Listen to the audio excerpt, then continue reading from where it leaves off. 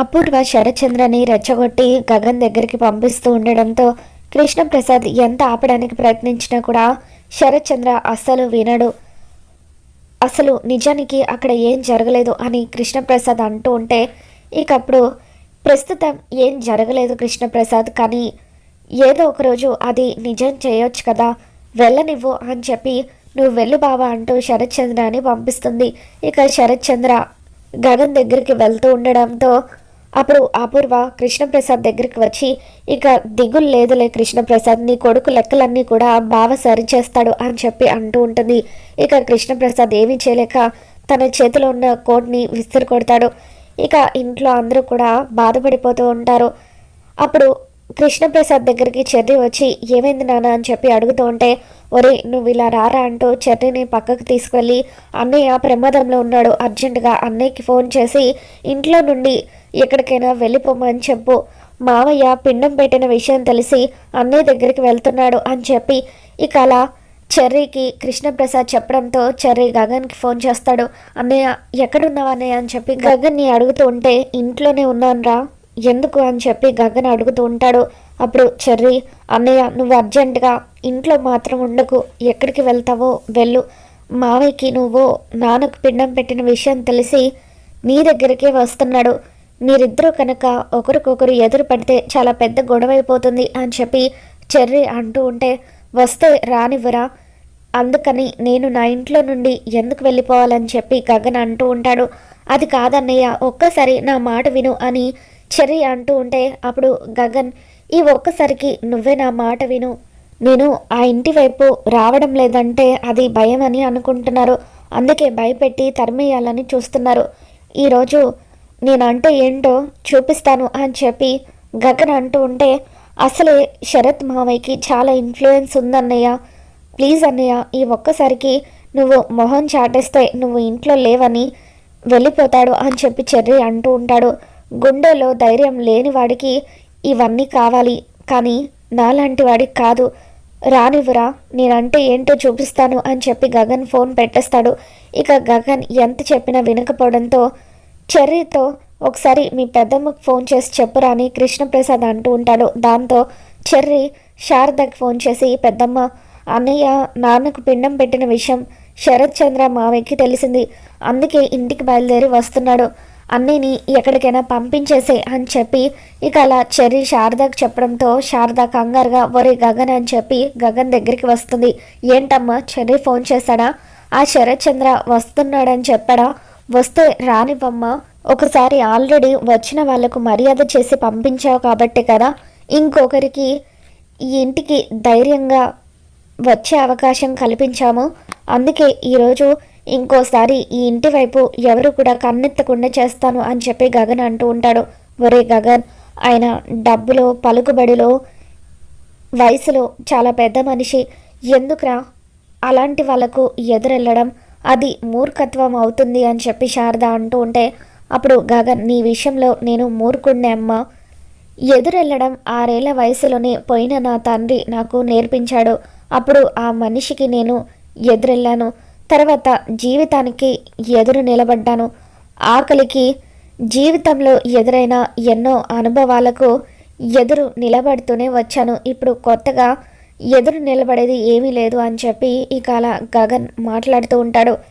ఒరే గగన్ ఎందుకు చెబుతున్నానో వినురా, కొద్దిసేపు నువ్వు ఎక్కడికైనా వెళ్ళిపో, నేను ఏదో ఒకటి నచ్చజెప్పి ఆయన్ని పంపించేస్తాను అని చెప్పి శారద అంటూ ఉంటే అప్పుడు భూమి ఆంటీ అంతలా చెబుతూ ఉంటే వినొచ్చు కదా అని చెప్పి గగన్కి చెబుతూ ఉంటుంది. అప్పుడు పూర్ణ, అసలు మా అన్నయ్య ఎందుకు బయటకు వెళ్ళాలి, తప్పు చేసింది వాళ్ళు, ఇంటికి వచ్చి గొడవ చేసింది వాళ్ళు అని చెప్పి అంటూ ఉంటే, పూర్ణ నువ్వు చిన్నపిల్లవి, నీకు ఏం తెలీదు ఊరుకో అని చెప్పి శారద అరుస్తూ ఉంటుంది. ఇక ఇంతలో శరత్చంద్ర అలా కార్ డ్రైవ్ చేసుకుంటూ గగన్ ఇంటికి వస్తాడు. రే గగన్ బయటకు రారా అని చెప్పి ఇక అలా గేట్లు తోసుకుంటూ లోపలికి వచ్చి అరుస్తూ ఉంటే గగన్, పూర్ణ, భూమి వీళ్ళంతా కూడా బయటకు వస్తారు. ఇక శారద గగన్కి శరత్చంద్రకి ఏం గొడవ అవుతుందో అని చెప్పి కంగారు పడిపోతూ ఉంటుంది. ఇక అప్పుడు శరత్చంద్ర, మా మనిషిని మీ ఇంటి చుట్టూ తిప్పుకోవడానికి మీకు సిగ్గుగా అనిపించడం లేదా అని చెప్పి అంటూ ఉంటే, మీ మనిషిని ఎవరు కూడా బొట్టు పెట్టి ఇక్కడికి రమ్మని పిలవట్లేదు అని చెప్పి గగన్ అంటూ ఉంటాడు.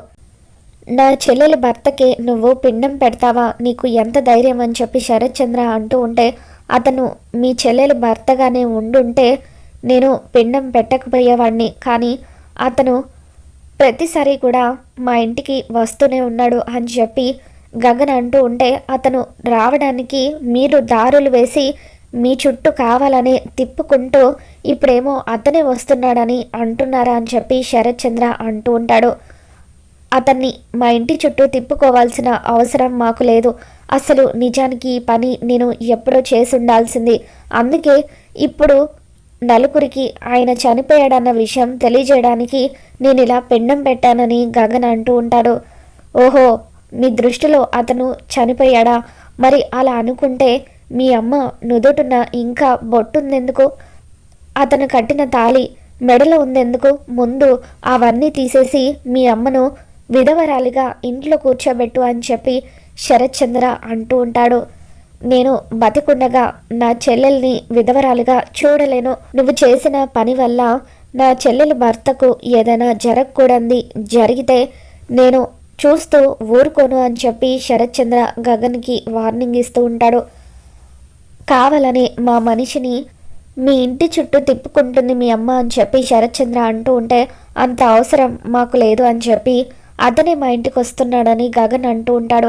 ఇక అప్పుడు శరత్ చంద్ర తనకి మీ ఇంటికి రావాల్సిన అవసరమే లేదు, ఎందుకంటే ఆస్తులు అంతస్తులు చాలానే ఉన్నాయి, మీకంటే ఎక్కువగానే ఉన్నాయి అని చెప్పి అంటూ ఉంటే, అవును మీ దగ్గర ఉన్నది మా దగ్గర లేకపోవచ్చు, కానీ మా దగ్గర ఉన్నది మాత్రం మీ దగ్గర అస్సలు లేదు. అదేంటో తెలుసా? ప్రేమ, అభిమానం, ధైర్యం అని చెప్పి ఇక అలా గగన్ అంటూ ఉంటాడు. అయినా మీలాంటి వాళ్లకు మాలాంటి వాళ్ళు వచ్చి వెళ్తూ ఉంటే అది ఒక రకంగా పబ్లిసిటీ అవుతుంది కదా. The great business men Sarath Chandra చెల్లెలి భర్త ఒక ఆవిడను ఉంచుకున్నాడని పేపర్లో వేస్తే, మీడియా వాళ్లకు తెలియజేస్తే అప్పుడు మీకు గొప్పగా ఉంటుంది, 4 డబ్బులు కూడా ఈ విధంగా సంపాదించుకోవచ్చు అని చెప్పి శరత్ చంద్ర శారద క్యారెక్టర్ గురించి మాట్లాడుతూ ఉంటాడు.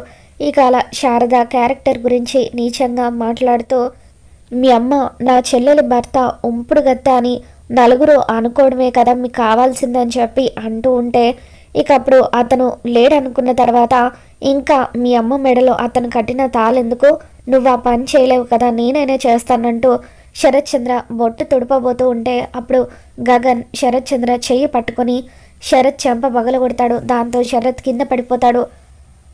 మా అమ్మ బొట్టే చెడపాలని చూస్తావా? మా అమ్మ వద్దు అనుకున్న ఎంగిలి విస్తరాకులో భోంచేస్తుందిరా నీ చెల్లి. మా అమ్మ వద్దనుకున్న 5వ తనాన్ని నీ చెల్లెలు మోస్తుంది అని చెప్పి గగన్, మా అమ్మ గురించే నీచంగా మాట్లాడతావా, నిన్ను చంపేస్తానని గగన్ ఆవేశపడుతూ ఉంటే శారద వాళ్ళందరూ కలిసి గగన్ని ఆపుతారు. రే, నన్నే కొడతావా, నిన్నేం చేస్తానో చూడు అంటూ శరత్ అక్కడే ఉన్న ఒక్క కర్రతో గగన్ తల పగలగొట్టబోతూ ఉంటే భూమి అడ్డుగా వస్తుంది. ఇక అప్పుడు భూమి తలకు గాయమయ్యి రక్తం వస్తూ ఉంటుంది. అలా భూమికి గాయం అవ్వడంతో ఆ రక్తం వచ్చి శరత్ చంద్ర మీద చింది పడిపోతుంది. ఇక భూమికి దెబ్బ తగలడంతో శరత్ చంద్ర కళ్ళల్లో కూడా నీళ్ళు వస్తూ ఉంటాయి. ఇక ఒక్కసారిగా భూమి స్పృహ కోల్పోతుంది. గగన్ కంగారు పడిపోతూ భూమి భూమి అంటూ తనని ఎత్తుకొని హాస్పిటల్కి తీసుకుని వెళ్తాడు. ఇక ఆ తర్వాత రానున్న ఎపిసోడ్లో శరత్ చంద్ర భూమి గురించి ఆలోచించడం మొదలు పెడతాడు. ఆ అమ్మాయి రక్తాన్ని చూసిన తర్వాత నాలో ఉన్న ఆవేశం చల్లారిపోయింది, ఎవరు ఆ అమ్మాయి అని చెప్పి కృష్ణప్రసాద్ని ప్రశ్నిస్తూ ఉంటాడు.